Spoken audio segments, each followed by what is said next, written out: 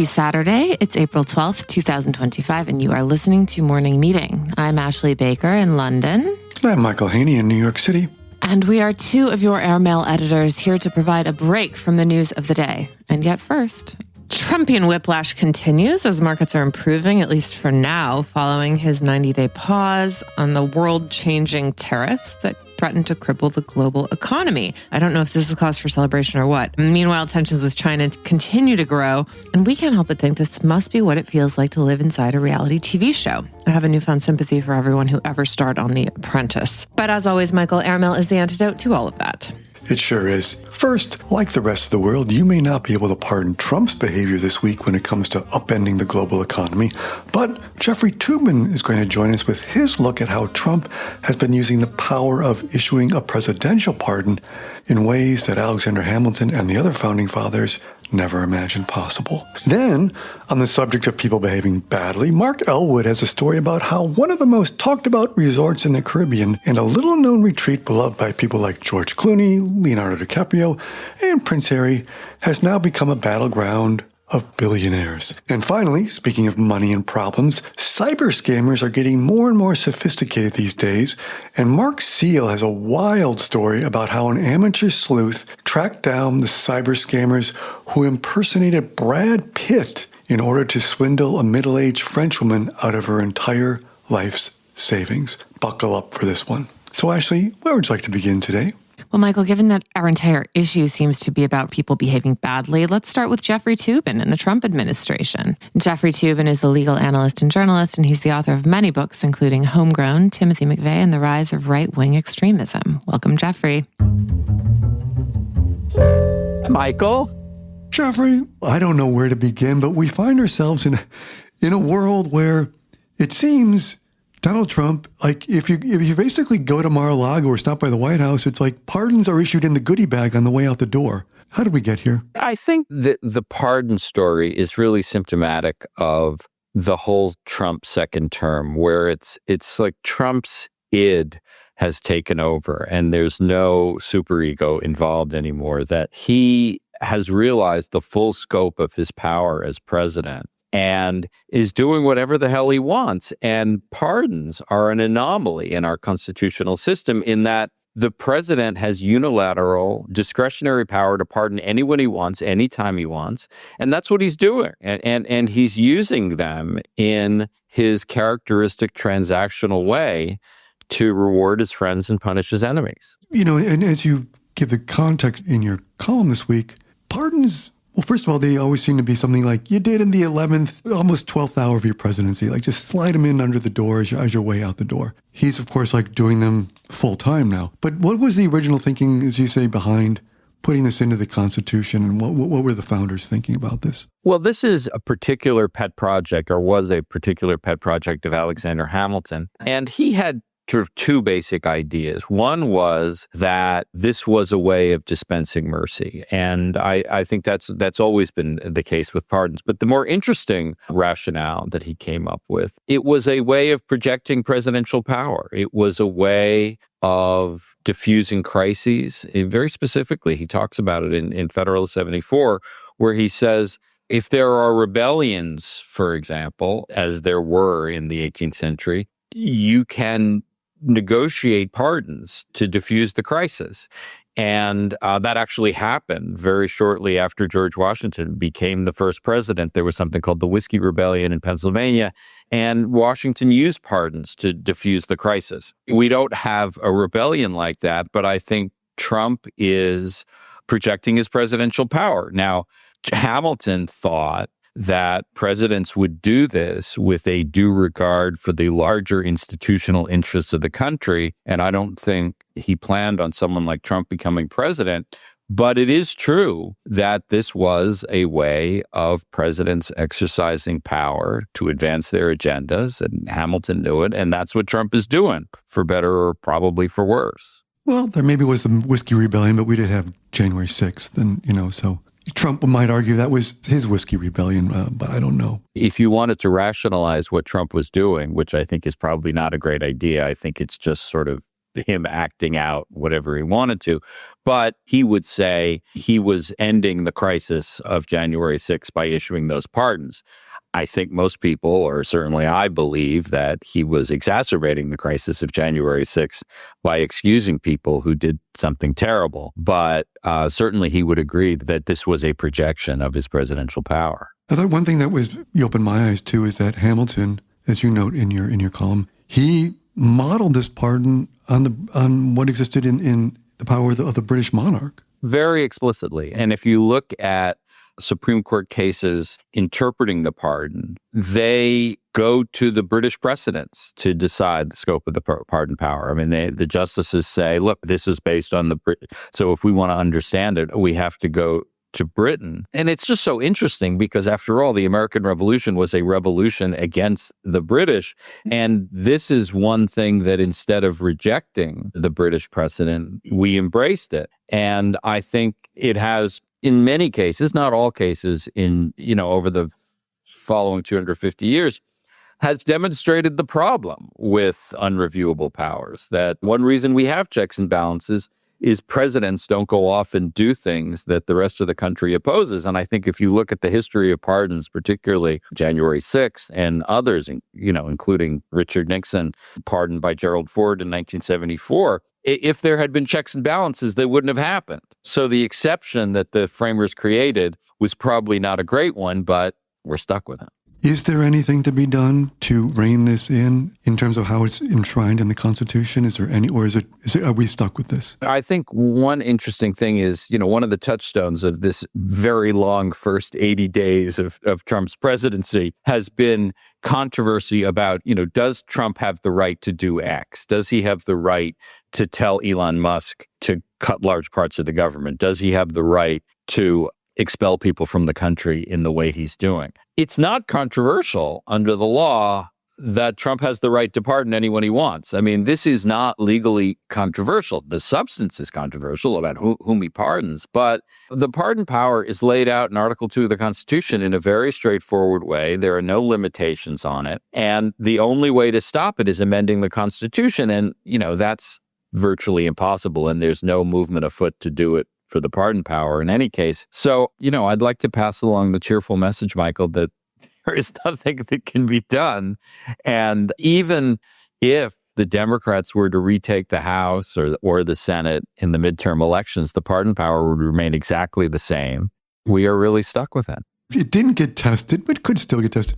Can a president pardon himself or herself? Well, this is one of the great constitutional questions. And I should add, I just wrote a book about pardons. It's called Cleverly the Pardoned. And I explore this in some length. I mean, the short answer is, since no president has pardoned himself, and so no court has had the chance to review that, we don't know for sure whether it would be upheld. Personally, my belief is that at least the current Supreme Court would uphold a self-pardon because they adopt the interpretive strategy of what they call textualism, which is limiting, your understanding of the Constitution very much to the text.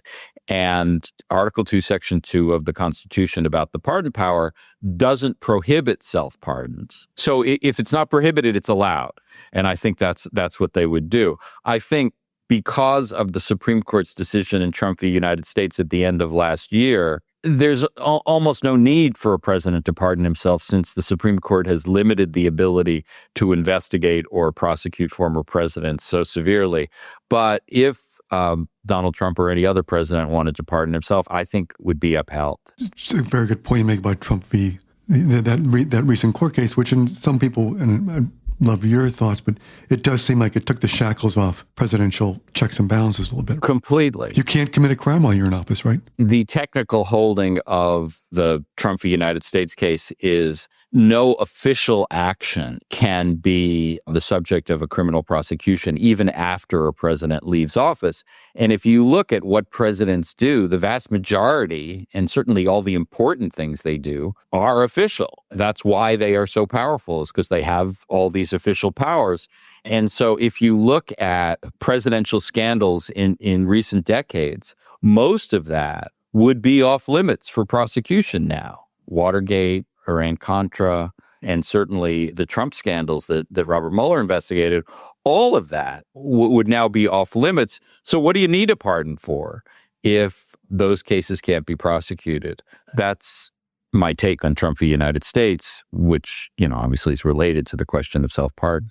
Well, Jeffrey, as you said, you're delivering, here we are. I'm just cheering you up like crazy, Michael. Cheering us all up. And by the way, as you know, we're only in day 80. We haven't even hit the 100-day mark. It's hard to believe. It seems like he's been president for months and months in this term, but it's only day 80. You're right.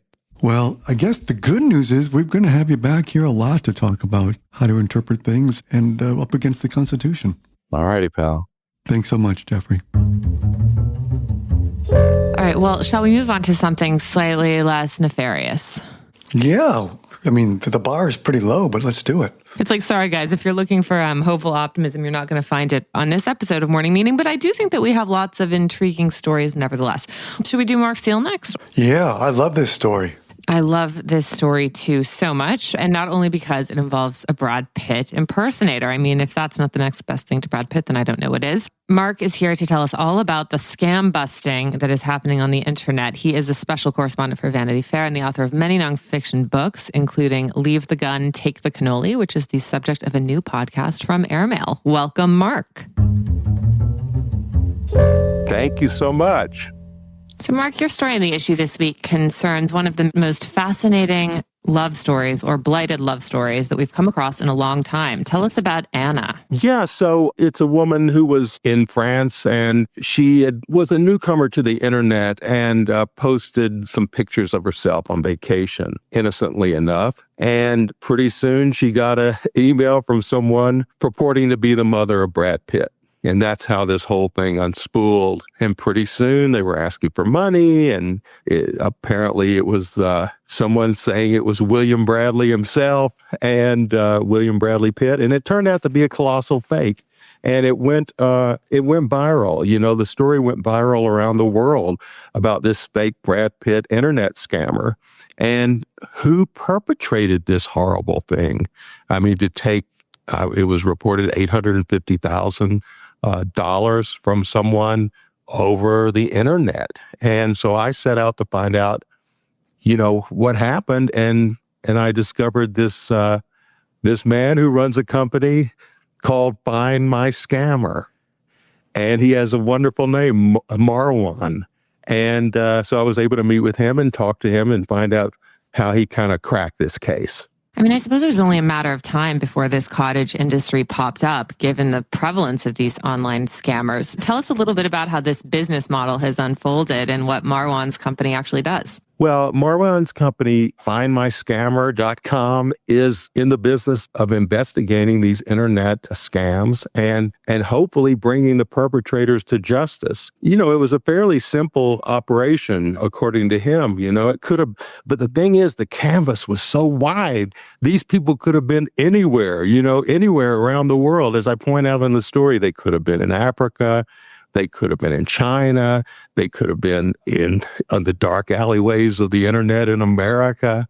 You don't know where they could be. He made it sound like it wasn't that difficult, but to me, it seemed like a colossal task. Some of us are more tech savvy than others, I suppose. But, Mark, what kind of clients? Anna's an obvious example of someone who was incredibly wronged, but does Find My Scammer and its similar competitors, do they work with people who have been targeted by all sorts of scams, or do they have a certain specialty? Yeah. Okay, tell us about that. Yeah, so he told me that they work with companies who want to find holes in their security, so they ask his company to try to scam them and see if there are deficiencies in their protection against scammers.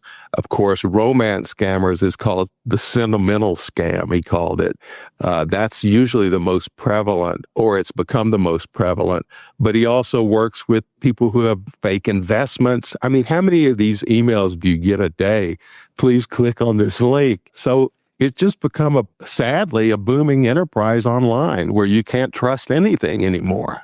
And Mark, what is so fascinating about this woman, Anne, as you mentioned, 53-year-old woman going through a divorce, seemingly rational, like so many of us, and yet the the scam starts with give me a few thousand. And as you note in your story, They even had like AI generated photographs of Brad Pitt in his hospital bed needing a kidney transplant, and just the layers that you sort of like let fall away to sort of get, and all of a sudden she's given her entire life savings to these guys. And as you also note, I mean, heartbreakingly, she even finds herself in a psychiatric hospital because of all the attention, right? It's astounding. Yeah, it's a tragic story, but I mean, she told the Daily Mail, she had doubts about it so many times. And she also said, if you had been in my shoes, you would have fallen into the trap, which, I mean, you can look at it on one side thinking, wow, I mean, this is pretty big of a stretch because you could see those photos look a little bit strange. I mean, but at the same time, apparently she was convinced, and a lot of other people have been convinced online to give her money, to people that they don't know. Or so who knows how this thing unfolded exactly. But, this guy was able to do it. The Daily Mail called it the biggest, quote, impersonation scam in history. So she's got that going for her. It's incredible, though. Michael and Mark, you guys don't love Brad the way I do, okay? As a longtime lover of a river runs through it, like, I want to believe. You can show me some doctored up picture and a note from Brad's mom, and I'd be like, fine, Just make sure there's a pause on your bank account. Michael's going to come over and disable my Venmo right now. Fine. And according to Marwan in the interview, he said they're now impersonating Keanu Reeves and, all these other people, so this celebrity scam business has turned into something else, online. But so, Mark, I mean, you met with him in Paris where he sort of works in the back of a La Durée cafe, it seemed like. For as challenging as these things seem, he revealed he cracked the case in 48 hours, right? Take us through how he did that. Yeah, so it seemed pretty simple. He showed me the link that he sent out. Well, first of all, he got the information off the devices, first of all, and he was able to track the telephone numbers where it was coming from, which turned out to be Nigeria. He was able to find the tracking the telephone numbers, and assume emails as well. And he was able to send what he called a booby-trapped link, which is pretty much, what you get all the time from scammers online, which is a link that you click on. And this was something like a pay link. You click on it, and at that point, he said he knew everything. Once you click on that booby-trap link, he was able to tell actually where they were. He had an aerial photo of the area where they were. He was able to tell who they were, their ages. They were young men, and pretty much everything. And that was it. It seemed pretty simple. So he was able to find out who these guys are, where the location is. Were they arrested, and will she get any of her money back? Well, they're trying to get the money back from the bank, apparently, but I don't know about arrest yet. I think that's pending. And, it's difficult because, I think they know who they are, where they are, but I don't know exactly what will happen as far as the authorities go. But hopefully she will get some of her money back. And in the meantime, Mark, should we expect more websites and organizations like findmyscammer.com to pop up? I mean, look, as tariffs unfold and economies shrink, I think this could be a good business model for all of us. Yeah, exactly. It's growing. I mean, it's huge. I mean, millions of people are affected by this. It shows no signs of stopping. Well, Mark, thank you so much. Thank you both. Great to be here. Have a great day. Be careful online.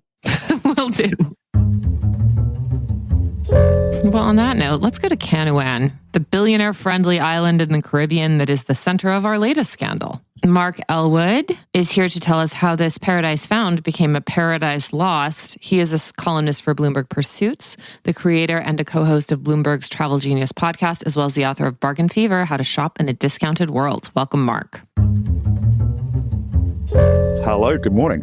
So, Mark, I must confess, Canouan is not as well known as its much more stylish and globally renowned neighbor, Mustique. But what do the two have in common? The reason people have usually heard of Canouan is because if you fly long-haul private to Mustique, you have to land in Canouan, and that's usually the only reason people know about them. The idea is that they have something in common because they're just for rich people, but the twist is Mustique is for millionaires. The guy who started Canouan, which is basically next door, said, no, we're for billionaires. That's a fairly outrageous statement, but what's the size of this island? How many homes are on it? And when did it become a thing? So I think the challenge is it's still trying to become a thing. I think it started to be developed in the 90s. A wealthy Italian basically got got annoyed at the way Mustique was treating him and said, I think I could do it better. I can do it next door. It's basically about the same size as Mustique. All those little Grenadines islands are tiny, but it's very underdeveloped, spectacular landscape. If you're picturing that dream Caribbean island, extraordinary vistas over white sand beaches, you are picturing Canouan. There are only 2 hotels there. There's also some accommodation at the marina, and there are a few dozen luxury homes over and above the tiny little village, which is where the local people live, right in the middle of the island. And who was the original developer of Canouan? His name was Antonio Saladino. If anyone listening is in Italy, they've probably heard of him. He was a very, very famous Italian developer. He was spectacularly wealthy, but even he couldn't afford to make Canouan into a luxury paradise from scrubland without help. He didn't have enough money to build Mustique. And remember, Mustique was built by Colin Tennant. Colin Tennant's family invented dry cleaning and it bankrupted him. So if you need to be the inventor of dry cleaning to build an island like this, I don't know why Saladino didn't think he would come a cropper too. What are some of the challenges of building this kind of an island development out in the middle of the ocean? I think the biggest challenge, other than, of course, there are people who live there and you need to work alongside them and work with them, is it's not as simple as if you build it, they will come. I think that's one of those lines that many people who failed at Pitt projects rue ever hearing. Canouan has some spectacular real estate, sure, but how do you make people come there? You need to do 2 things. 1, you need to market it aggressively. And 2, you need to make sure that people can access it. And I always think it's interesting.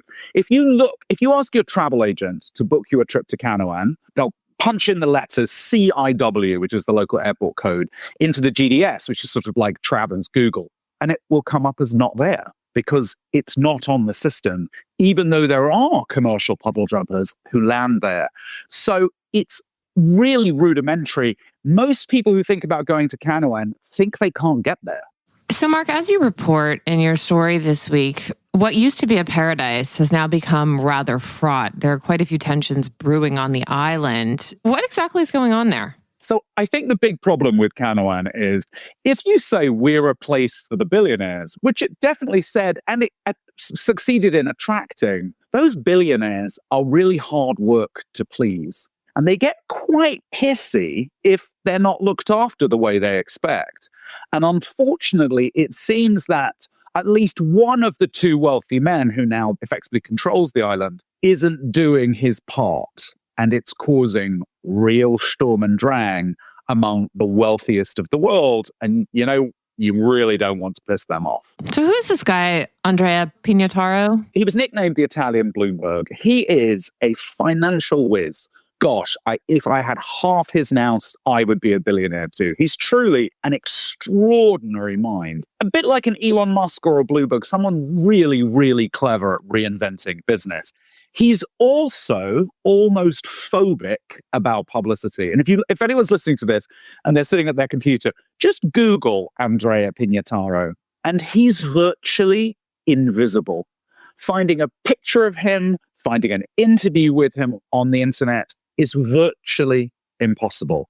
And that tells you something in the modern age. What is his role on Canouan, and what is his relationship like with the homeowners there? Tell us a little bit about these 2 fiefdoms that have emerged. Imagine Solomon's decision. Imagine if the baby wasn't a baby, but it was a billionaire's playground. And you hand it to 2 equally powerful men. Essentially, the Italian developer who started what's contemporary Canouan brought in not 1, but 2 people. One of them is Dermot Desmond, who effectively controls the south of the island. You might have heard of him because he runs Sandy Lane. He's Irish. The other is Andrea Pignataro, who runs the north of the island. And the north is where all the luxury homes are. And it seems, at least according to my sources, that ever since Andrea Pignataro became involved in Canouan, he's treated it as both a distraction, a hobby, and even sort of an inconvenience, and somehow been a bad landlord, a bad neighbor, and a bad billionaire all in one.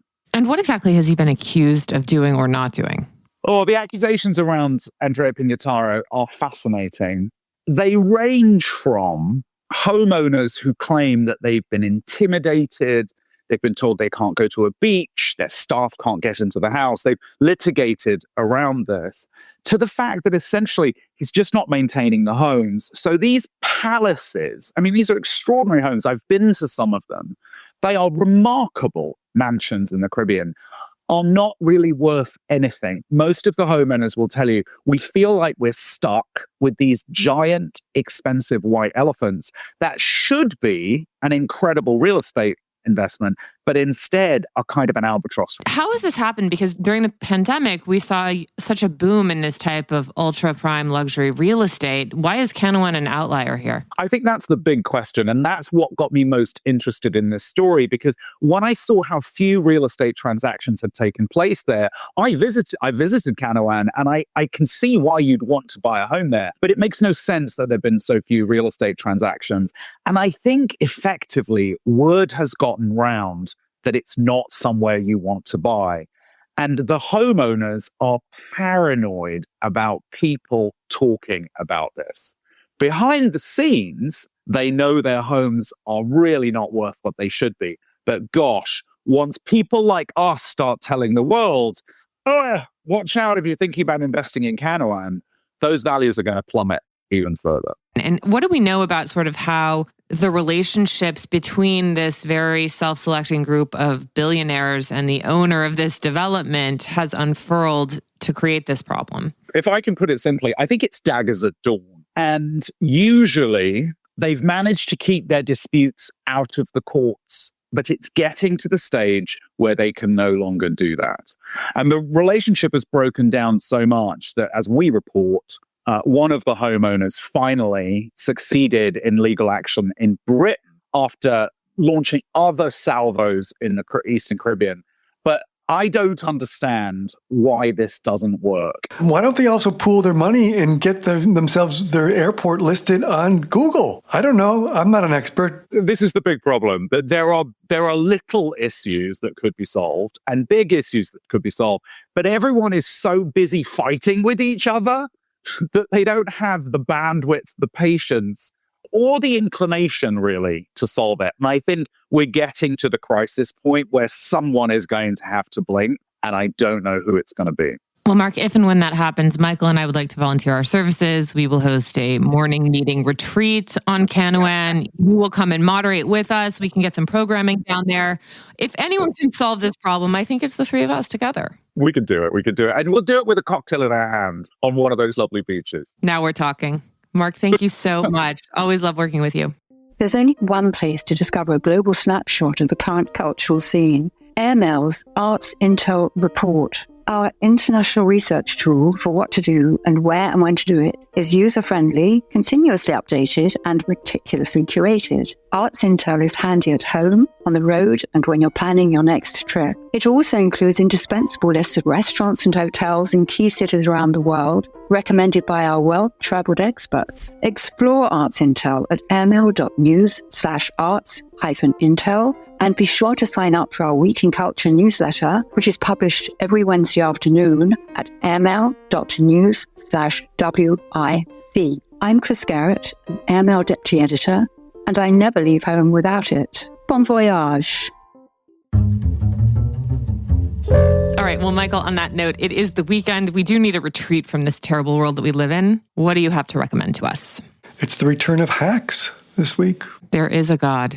There is a God, right? The Emmy Award-winning show is back. I've seen one episode, but you don't want to give away too much. But I say, it's a comedy we've all been waiting for. If you're looking for something smart, sophisticated, and caustic at times, but downright funny, it's Return of Hacks. It's streaming on Max this week. So that's what I've got for everyone. And you, my dear? Well, did you by chance read Adam Ross's new novel, Playworld? It came out in January.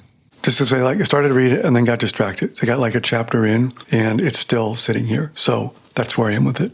Okay, so Adam Ross is a novelist. He's also an editor, and he came out with this book called Playworld, which is a novel that takes place in the early 1980s in New York, and its protagonist is a child actor. So this is a very fun period of New Yorkology to revisit. So I read it and I really enjoyed it. And that caused me to go back to Mr. Peanut, which was his debut novel that came out in 2010. Now, Michael, have you read that one? I have not read that one. Well, it's an incredibly strange book. It's basically a police procedural that covers the crime stories of two different characters interwoven. It's a bit of a mystery, which, we love mysteries over here at Airmail, but I thought it was really well done. Anyway, so I'm having a bit of an Adam Ross moment, whether you want to start with Playworld or Mr. Peanut. They're just really fascinating, fun novels that happily propel you out of the world we live in into different time zones entirely. Playworld especially, I think, is really fun because it concerns a child actor trying to make his way in the New York City private school system and on the wrestling team and all of the crazy things that happen and what it's like to be a child in footloose and fancy-free New York during that period of time. So anyway, it's a really fun book and I highly recommend it. It's called Playworld by Adam Ross. All right, done. Well, on that note, Michael, we wish you all a wonderful weekend, hopefully free of alarming news alerts. Michael, will you please read us out?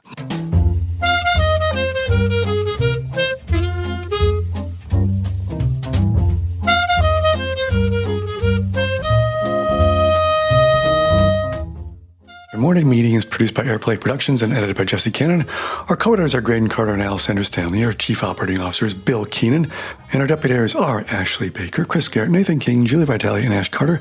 Our CMO is Emily Davis, and our music supervisor is Randall Poster. Our theme music is The Cute Monster by the Buddy Collette Quintet. A new edition of Airmail is published every Saturday, so please subscribe and enjoy all of our stories on airmail.news, which we update every day. You can also find us on Twitter and Instagram at Airmail Weekly. We will be back here next Saturday with another edition of Morning Meeting, but in the meantime, be sure to subscribe at Spotify or Apple Music. But most of all, thank you again for joining us.